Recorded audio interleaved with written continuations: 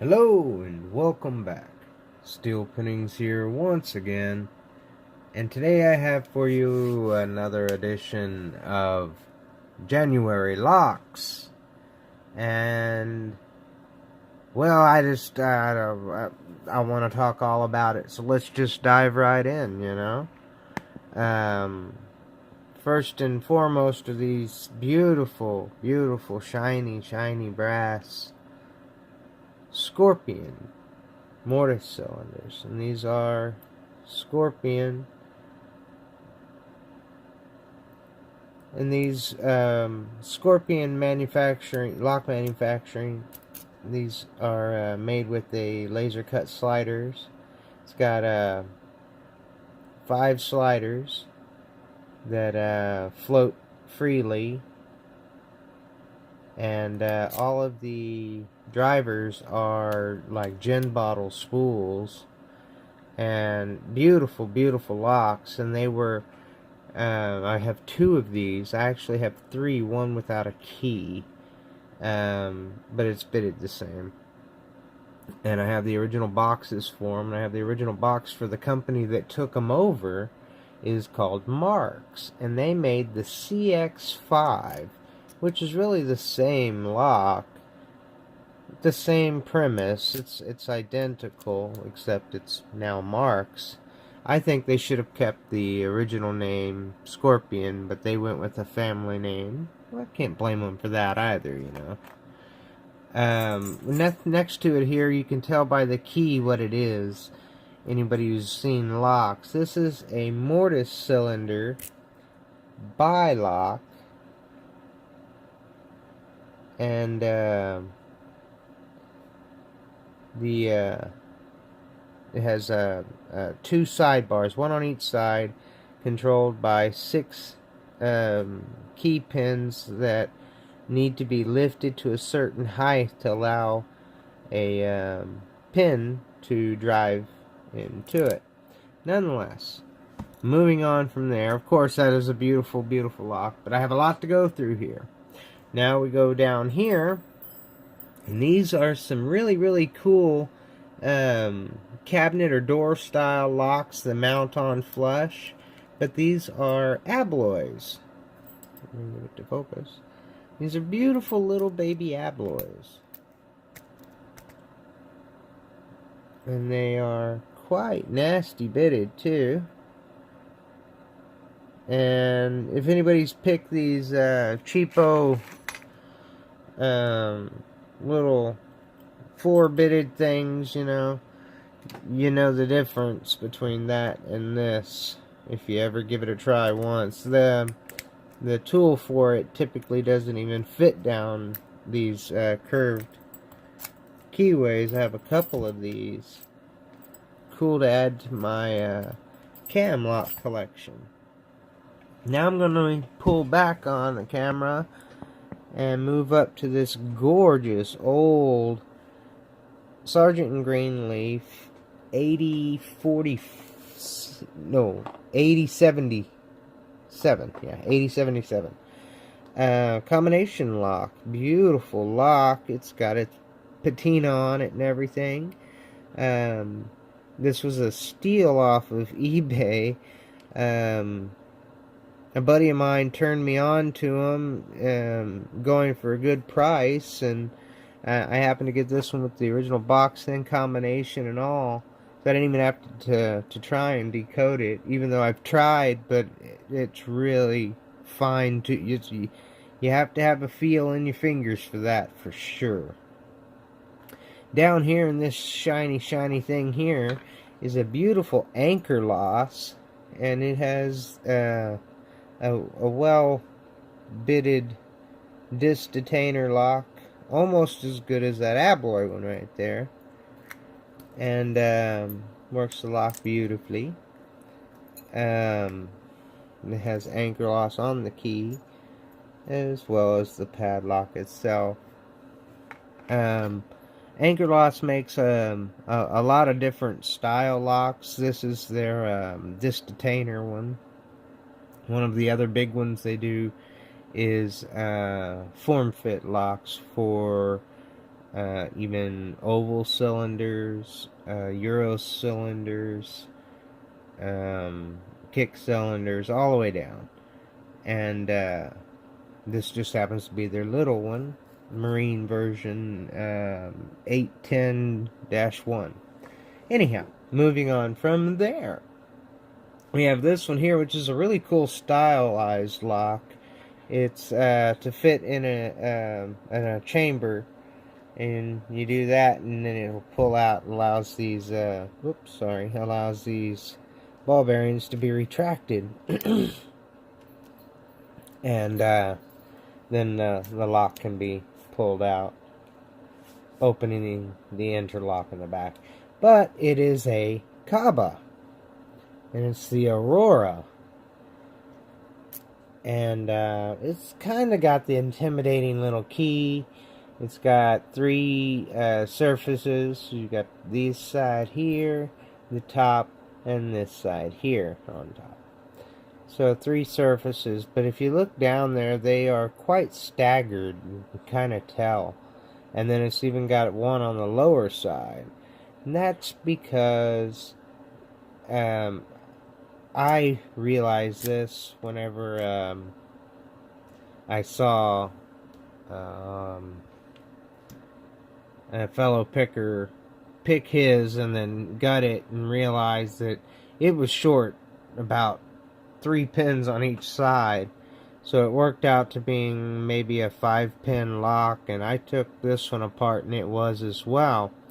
And I happen to have some stylized picks or pins, that are tapered down for Sargent locks that happen to fit, and also had the hulled out drivers. So I pinned it up again, but then managed to get it to where the key wouldn't work the lock. I must have put in one of the key pins backwards or something. They're so minute. Anyway, it took me forever. I finally got it picked, taken back apart, and fixed. And that's why it's back in this lock collection, because now all but the front one up here is fully pinned. Next to it here is one that I got in a trade. It is the ASA SCD Twin Combi. It's got a really cool little keyway to it. I call it the microscope, because it kind of looks like a microscope, or in my opinion it does. It's got the side pins, 5 side pins, and 6 driver pins, and it can be bitted in several different methods, up to 12 different cuts for key control without having to change the shear line.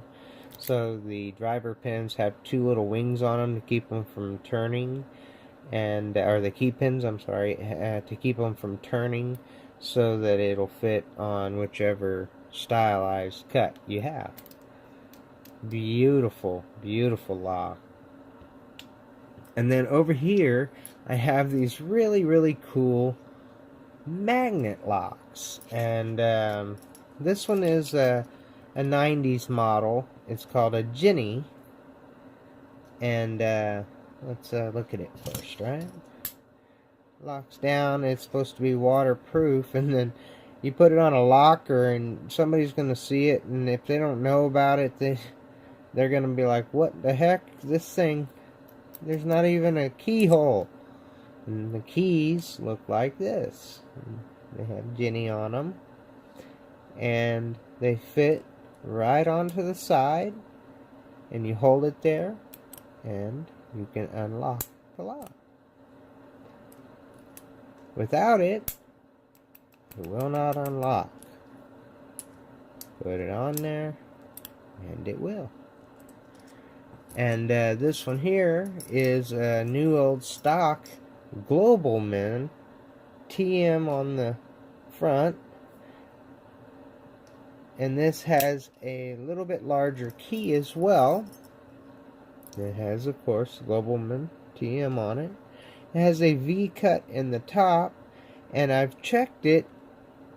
with another magnet, and some are polarized north, some are polarized south, and there's different points in here that are pushing and pulling, and I guess they're pushing and pulling parts that are magnetized in here to make this work. And of course, without it, you can't get in.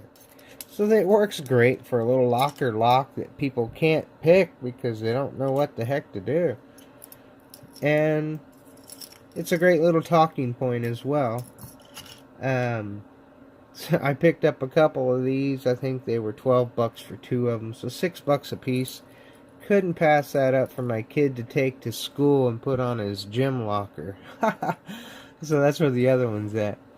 Okay, guys. Well, that's what I've got for everyone so far, and maybe likely for the end of the month. But I have been neglecting something that I started off my channel doing: monthly giveaways. And then we were doing those, and then a bunch of people got into doing reviews. One of the companies that deals a lot in pick supplies started asking people to do reviews for them, which is really good for everybody, really. And all of the products were given to review on, unless stated otherwise. And I gave away some. I still have some.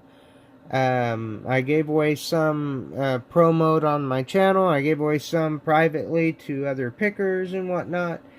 And we did other games and such with like Big Willie the Locksmith, and he's still working with me together on the big game that we came up with together, which was on spring break, which will be coming up in a couple of months. So here's a first plug-in on that. So if you watch out for that, please, if you like games and locks and prizes, we got you covered.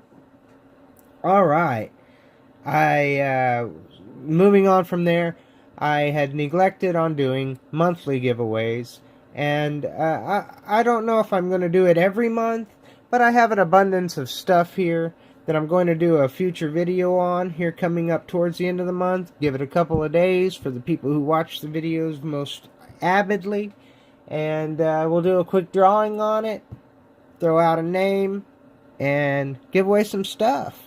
And y'all tune in with it, and we will do it. Hey, and before I go, I do want to shout out to a YouTube partner, if you will, a locksmith buddy of mine, Mr. Jason, and that's with SE Lock and Key down in Jackson, Mississippi.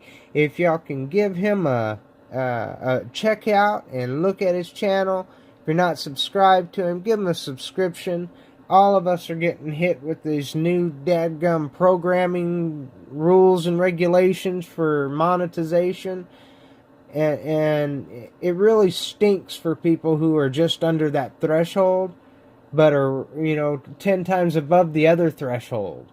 They should learn to cut some slack and let the good ones in. It should be on a personal basis. They want to make the big wigs on a personal basis. They should do all of them that way. Nonetheless, SE Lock and Key, give Jason a check out, and I will see y'all next time. Y'all please stay safe and always stay legit.